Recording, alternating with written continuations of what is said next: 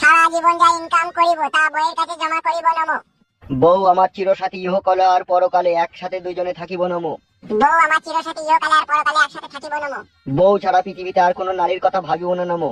বউ ছাড়া আর কোনো নারীর কথা পৃথিবীতে ভাবিব না নমো। মদ খাবো না, গাঁজা খাবো না, হিরোইন খাবো না, কিছুই খাবো না, 24 ঘন্টা বউকে আদর করিব নমো।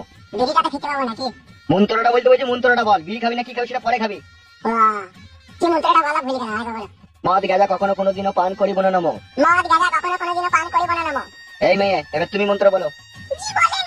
শ্বশুর ঘর যাব, শ্বশুর শাশুড়িকে যত্ন সেবা করিব নমো। শ্বশুর ঘর যাব, শ্বশুর শাশুড়িকে যত্ন করিব নমো।